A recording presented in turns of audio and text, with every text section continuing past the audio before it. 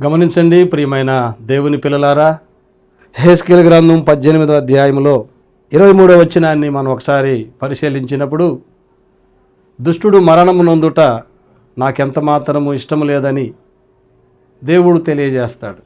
మనం బైబిల్ గ్రంథంలో పరిశీలించినప్పుడు దేవుడు మనుషులను యథార్థవంతులుగానే పుట్టించాడని మనం చూడగలుగుతాం వాక్యంలో.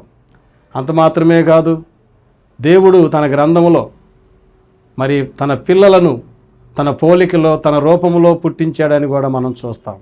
అయితే ఇంత యథార్థవంతుడిగా పుట్టిన మనిషి దేవుని ఆత్మచేత దేవుడు నాసికారంధ్రములో గాలి ఓదగా నరుడు జీవాత్మ అయినను బైబిల్ గ్రంథంలో మనం చూస్తూ ఉన్నాం.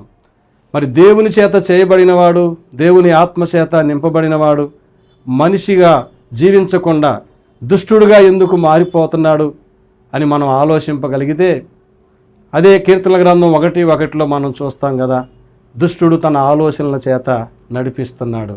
అందుకనే ఈరోజు ఎంతోమంది ఒక వయసు వచ్చేంత వరకు మంచిగానే ఉంటున్నారు.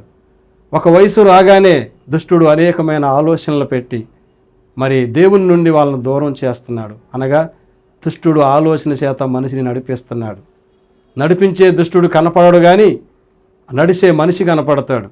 అలా నడిపిస్తుంది ఎవరని మనం ఆలోచిస్తే వాక్యం చెబుతుంది, దుష్టుడు తన ఆలోచన చేత దేవుని పిల్లలైన వారిని చెడ్డదారిలో నడిపిస్తూ ఉన్నాడు.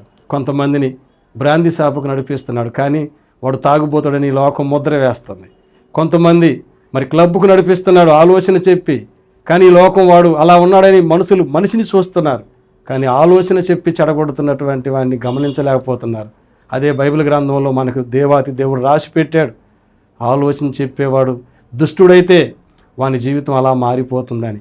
కాబట్టి దుష్టుడు ఎలాగైతే ఆలోచనలు చెప్పి చెడగొడుతున్నాడో, దేవాతి దేవుడు ప్రేమ కలిగిన వాడు, నీ కోసం అన్నీ ఇచ్చినవాడు ఆలోచన చెప్తూ ఉంటాడు.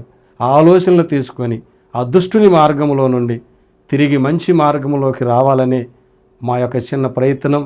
మరి మీరందరూ కూడా జాగ్రత్తగా విని దీవించబడాలని ప్రేమతో కోరుతున్నాం. దేవునికి మహిమ కలుగునుగాక. ఆమేన్.